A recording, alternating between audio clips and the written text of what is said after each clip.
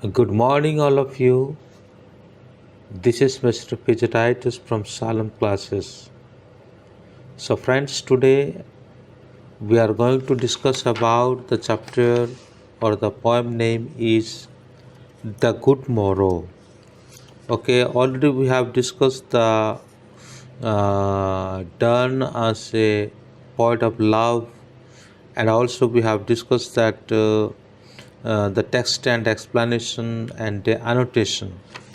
So today we are going to discuss about textual analysis. So especially there are three stanza and what each stanza says that we will discuss. तो आज हम प्रत्येक stanza क्या कहता है यहाँ पे हम तीन स्टांजा को देखते हैं और ये तीन स्टांजा हमें क्या क्या बताता है। हमने पोएम को पढ़ा और पोएम को पढ़ने के बाद लाइन वाइज उसको समझने के लिए कोशिश करी और आज हम स्टांजा को देखेंगे कि स्टांजा हमको क्या कहती है। तो चलिए शुरू करते हैं आज के इस वीडियो लेक्चर। और शुरू करने से पहले मैं आप लोगों को एक छोटी सी रिक्वेस्ट करना चाहूँगा, यदि अभी तक आपने मेरे चैनल को सब्सक्राइब नहीं किया है तो कृपया करके चैनल को सब्सक्राइब कर ले और पास में जो रेड कलर का बेल आइकन है उसको भी दबा ले, साथ ही साथ अपने दोस्तों को शेयर करें। तो चलिए शुरू करते हैं।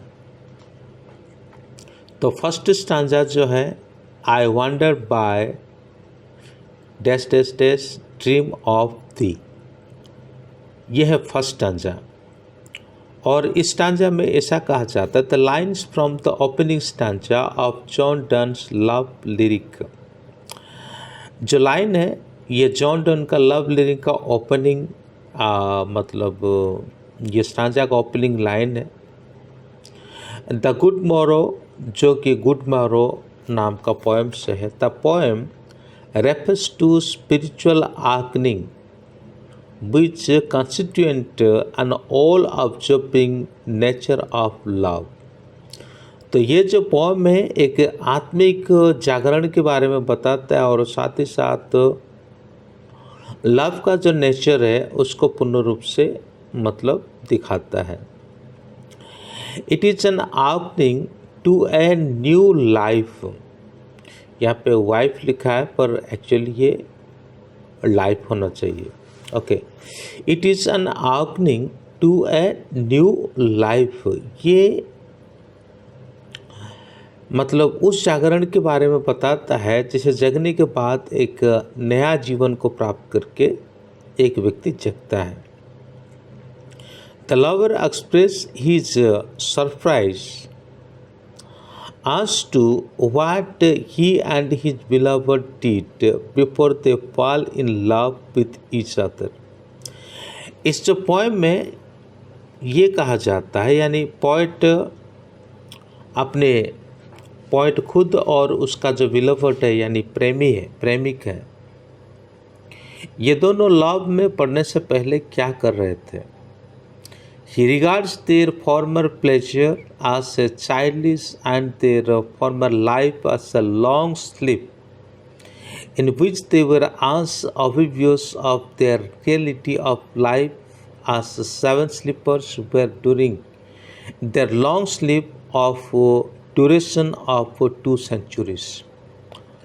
तो वहाँ पे इस बात का जिक्र कर रहे हैं, इस बात का ध्यान कर रहे हैं कि उनका फॉर्मर प्लेजर्स बचपन का वो बचपना और उनके जो फॉर्मर यानी पुरानी आनंद बीते हुए समय के आनंद, तो साथ ही साथ वो किस प्रकार एक लंबे समय के लिए 7 स्लीपर के जो डैन है वहाँ पे सो गए थे, इन सभी बातों को वो चर्चा करते हैं।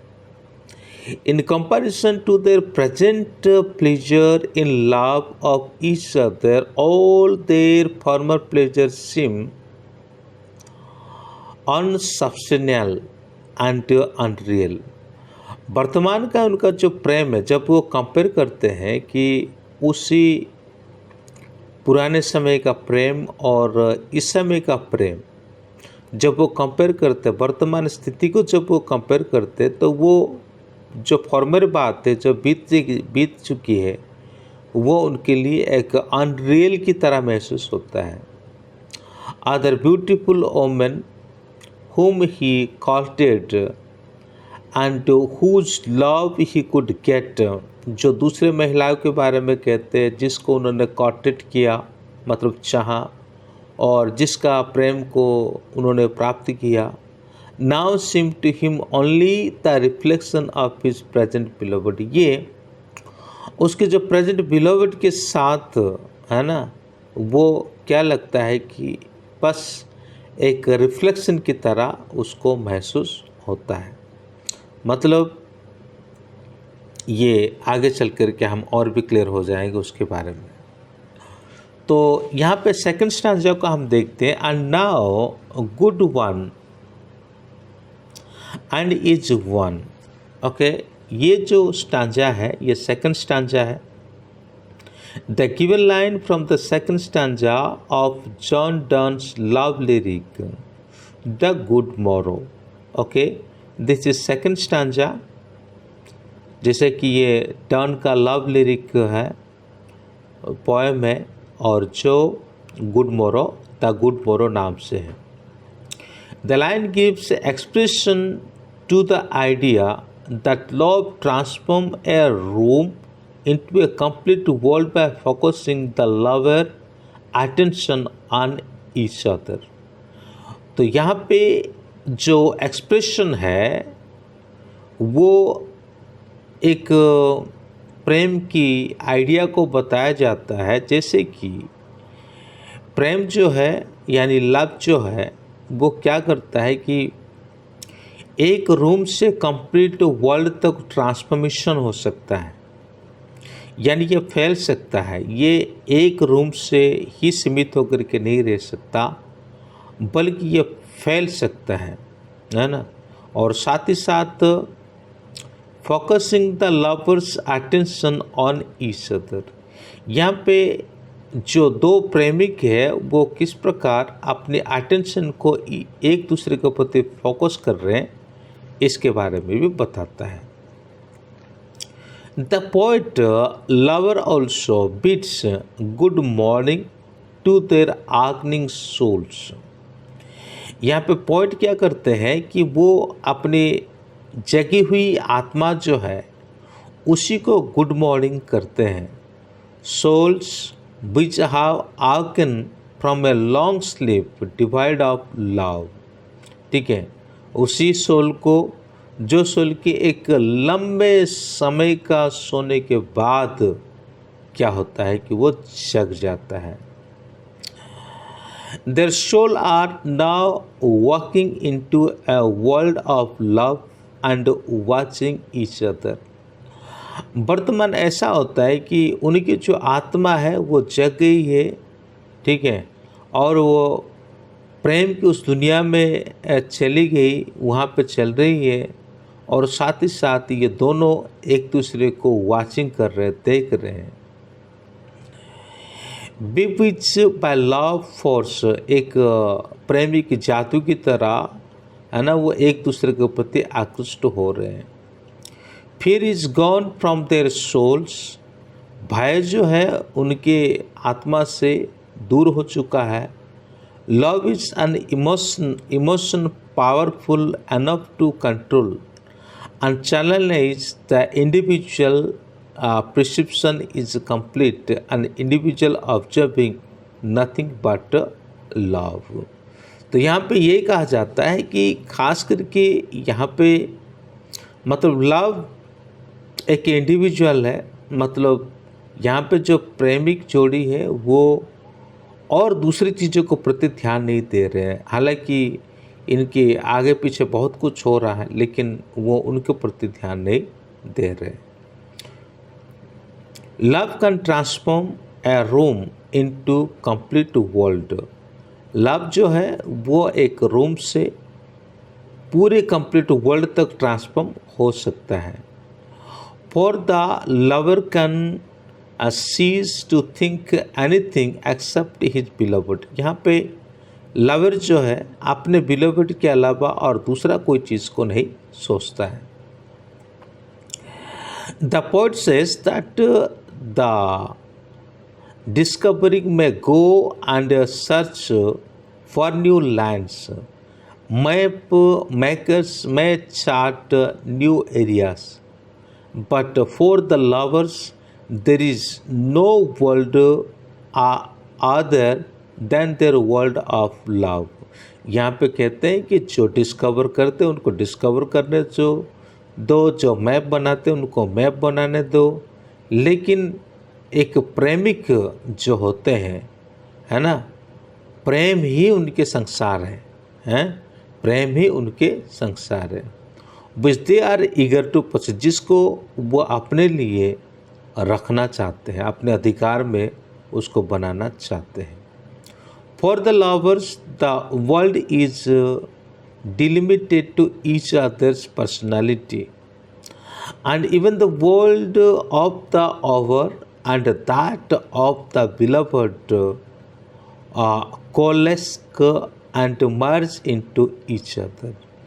यानी एक प्रेमिक जोड़ा जो है उनके लिए ये धरती भी छोटा पड़ सकता है, क्योंकि उनके जो लव जो है एक कमरे से लेकर के मतलब वो पूरा वर्ल्ड तक वो क्या हो जाता है, ट्रांसफॉर्म हो जाता है. इस संदर्भ में यही कहा गया कि ये उनके लिए डिलिमिट है, ठीक है. For the lovers the world is delimited.